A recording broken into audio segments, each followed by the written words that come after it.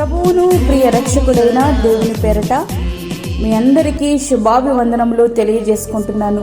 Jesus new creation ministries ద్వారా ఈ రీతిగా ప్రతిరోజు మీతో అనుదిన ఆహారం పంచుకోవడానికి దేవుడిస్తున్న కృపను బట్టి దేవునికి అనలేని కృతజ్ఞతలు. ప్రియులారా, వాక్య ధ్యానంలోనికి మనం వెళ్దాము. కీర్తనల గ్రంథము 4వ అధ్యాయము 2వ వచనం.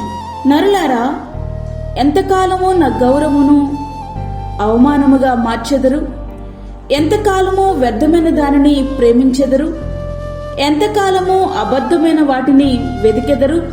ఓ విశ్వాసి, ఓ సేవకుడా, నిన్ను బట్టి దేవుని నామం ఘనపరచబడుతుందా లేక అవమానపరచబడుతుందా? ఒకసారి పరిశీలించుకుందాం. ప్రభువు కొరకు ప్రాణత్యాగానికి సైతం సిద్ధపడే సేవకులు ఎందరో ఉన్నారు. అయితే ఆ పబ్లిసిటీ కోరికని కొందరి వల్లనే, ధనానికి లొంగిపోయిన వర్తమాన బిలాముల వల్లనే క్రైస్తవం దూషణకు గురి అవుతుంది.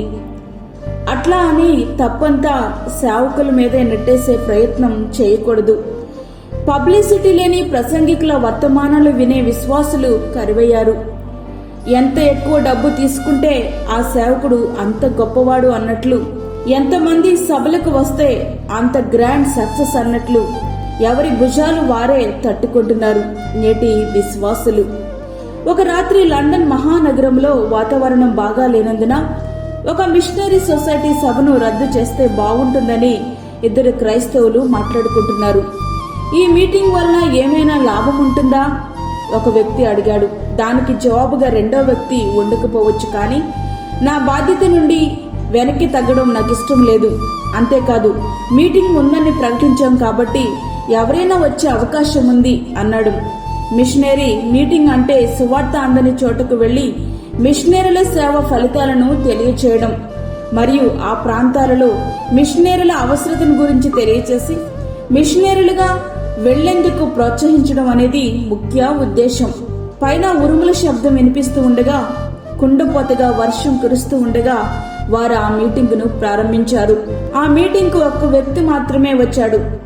రోడ్డు పైన నడుచు వెళ్తూ కాంతివంతమైన లైట్లు వెలుగుతున్న చర్చిలో తలదాచుకునేందుకు మరొక అతను లోపలికి రావడంతో వారి సంఖ్య రెట్టింపైంది. అంటే ఇద్దరే మీటింగులో ఉన్నారు. తడిచి ముద్దైపోయిన అతను వర్షం నీరు విదిలించుకుంటూ కూర్చుండబోతున్న సమయంలో అమెరికాలోని రెడ్ ఇండియన్ల మధ్య పరిచర్య చేసేందుకు సువార్థికులు కావాలన్న అవసరతను గురించి శక్తివంతమైన విన్నపం చేస్తున్న ఆ ప్రసంగిని మాటలు అతని చెవికి చేరాయి. మీటింగ్ అనంతరం ఆ మీటింగ్ నడిపించిన వ్యక్తి ఆ ప్రసంగికునితో ఈ రోజు సమయమంతా వ్యర్థమే అంటూ తన నిరాశను వ్యక్తం చేశాడు. కానీ అతని అంచనా పొరపాటైపోయింది. దారిన పోతూ లోపలికి వచ్చిన వ్యక్తి దేవుని పిలుపుని విని తన జీవితాన్ని దేవునికి సమర్పించుకున్నాడు. నెల తిరిగే లోపు తన వ్యాపారాన్ని అమ్మేసి బ్రిటిష్ కొలంబియా ప్రాంతంలోని రెడ్ ఇండియన్లకు సువార్త చెప్పేందుకు సిద్ధపడడం ఆరంభించాడు. 35 సంవత్సరాలు రెడ్ ఇండియన్ల మధ్య అతడు అద్భుతమైన పరిచర్య చేశాడు. ప్రియ సేవకుడా, ధనానికి అమ్ముడుపోయి విలాసాలకు అలవాటు పడి ఆధ్యాత్మిక దారిద్ర్యంలో కొట్టిమిట్టాడుతున్నావా? ఇస్కరియోతు యూదా ఒక్కసారే ప్రభువును అమ్మాడు. నీవైతే ప్రతిరోజు అదే పనిలో ఉన్నావా? 1000 మంది నీ సభలకు వస్తుంటే ఒకరు ఇద్దరు చెప్పిన లేదా చెప్పించుకున్న సాక్ష్యాలతో నీ పబ్లిసిటీ పెంచుకునే ప్రయత్నం చేస్తున్నావు. కానీ వచ్చిన వారు వచ్చినట్లే తిరిగి వెళ్లిపోయిన వారిని గురించి కొంచెమైనా భారం నీకుందా? ఎంతమంది సభలకు వచ్చారో లెక్క వేసుకుని ఇంతమందికి సువార్త చెప్పానంటూ సంబరపడుతున్నావు. ఆ వాక్యం అందరి హృదయాలను తాగుతున్నాయనే విషయం ఎప్పుడైనా మనసును పెట్టి ఆలోచించావా? నీ స్వంత జ్ఞానం కాదు, నీతో మాట్లాడించేది దేవుడే. ఆయనకు చెందాల్సిన మహిమను నీవు దొంగిలించకూడదనే కనీస గ్రహింపు నీవు కలిగి ఉన్నావా?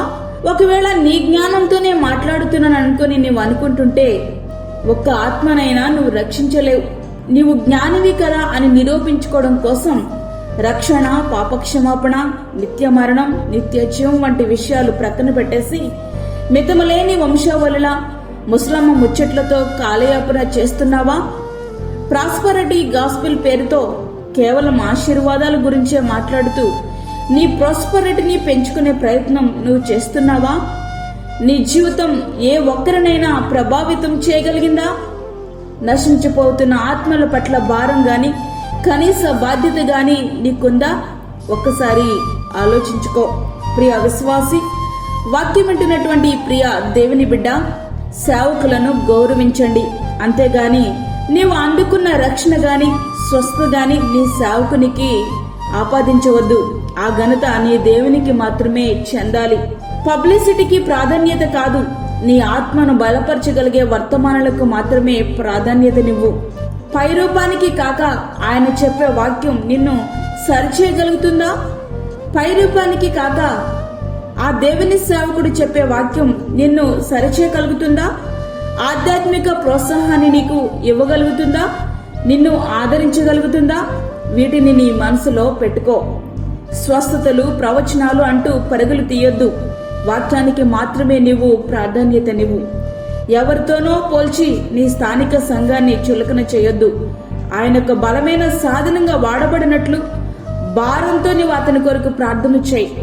నీ సేవకుని అవసరతలు గుర్తెరిగి ప్రార్థనాపూర్వకంగా ఆర్థికంగా నీవు చేయూతనివ్వు. నీవు సేవకుడవైనా సరే, విశ్వాసమైనా సరే, దేవునికి మహిమార్థకరంగా నీవు జీవించు. దయచేసి దేవుని యొక్క పరిశుద్ధ నామమునకు అవమానం మాత్రం తీసుకుని రావద్దు. అట్టి రీతిగా మన జీవితాలు మనం మలుచుకుందామా? దేవునికి ఇష్టంగా జీవిద్దామా? అట్టి కృపధన్యత ప్రభు మనకి అనుగ్రహించునుగాక. ఆమేన్. వాక్యమైన ప్రియ దేవుని బిడ్డలారా, ప్రార్థనలో ఏకీభవించండి. పరిశుద్ధమైన తండ్రి, ప్రేమగల యేసు ప్రభువా, శ్రేష్టమైన మరి యొక్క దినాన్ని మా జీవితంలో మీరు అనుగ్రహించారు. నీకు వందనాలు.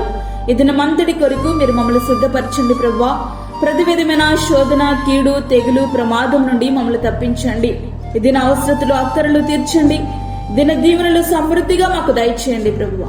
ప్రార్థనలో ఏకీభవిస్తున్న ప్రతి ఒక్క బిడ్డను మీరు జ్ఞాపకం చేసుకునండి ప్రభువా. గర్భిణీ స్త్రీలను, చంటి బిడ్డలను, వృద్ధులను, కరోనా పేషెంట్స్ ను మీరు జ్ఞాపకం చేసుకునండి. వారికి కావలసిన నీ భద్రతను, సహాయమును దయచేయండి. అదేవిధంగా దూరదేశంలో ఉండి ప్రభా ప్రార్థనలో ఏకీభవిస్తున్న ప్రతి ఒక్క బిడ్డని మీరు దర్శించండి. వారి అనారోగ్య పరిస్థితుల నుంచి వారిని విడుదల చేసి మీరు ముట్టి స్వస్థపరచండి. ఈ దిన దీవెనల ఆశీర్వాదాలు సమృద్ధిగా మాకు అనుగ్రహించి మమ్మల్ని బలపరచమని, మాకు కాదు యెహోవా, మాకు కాదు, సమస్త మహిమా ప్రభావాన్ని మీకు ఆరోపించుకుంటూ యేసు పరిశుద్ధ నామమున అడిగి వేడుకుంటున్నాము తండ్రి. ఆమేన్. ఈ యొక్క వర్తమానములు మీ బంధువులకు, మీ స్నేహితులకు షేర్ చేయండి. దేవుని పనిలో మీరు కూడా పాలిభాగస్తులు కండి. అదేవిధంగా మీ ప్రార్థన అవసరతలు మాకు తెలియచేయండి. మా ఫోన్ నంబర్ 9177377559. దేవుడు మిమ్మను, మీ కుటుంబమును దీవించునుగాక. ఆమేన్. దేవుని సేవలో మీ సహోదరి అన్నామణి సాల్మన్. ఫ్రెండ్స్, మరిన్ని వీడియోస్ కొరకు మా ఛానల్ని సబ్స్క్రైబ్ చేయండి, షేర్ చేయండి, లైక్ చేయండి. దేవుడు మిమ్మల్ని దీవించునుగాక. ఆమేన్.